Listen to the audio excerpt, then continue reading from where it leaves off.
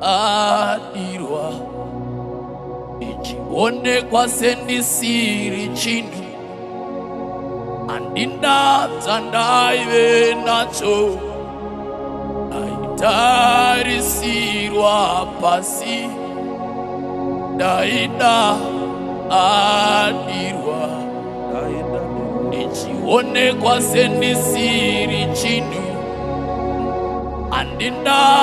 Ndai nacho Dadirwa pasi Asi Jesu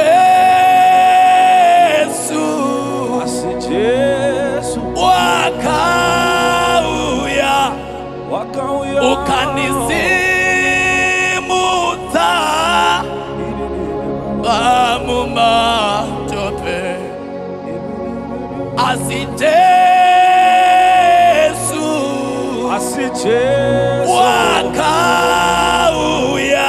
wakauya ukanizimuta mumatope Dadirwa Ndichionekwa Sendisiri Chinhu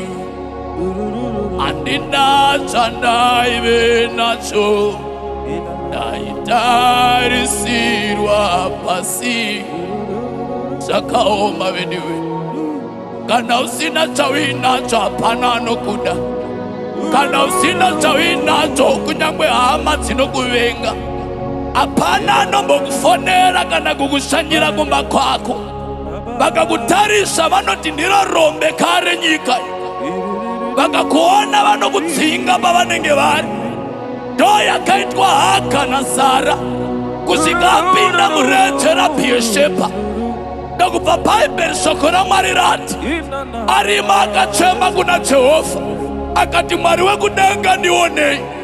Unonzwa Haka wakupa testimony yake anoti ndamuona anondiona ndauya kuzobudza munyikani vanhu vanogona kukudadira vanhu vanogona kukuitira zvakaipa but aripo anokusimudza kubva mumatope. Unonzwa munyori wabhuku yaSpurms akuti kuna Mwari anosimudza marombe kubva muguruva achimagadza namachinji. It doesn't matter zvavakaita, it doesn't matter zvavanotaura pauri, ramba uchingonamata.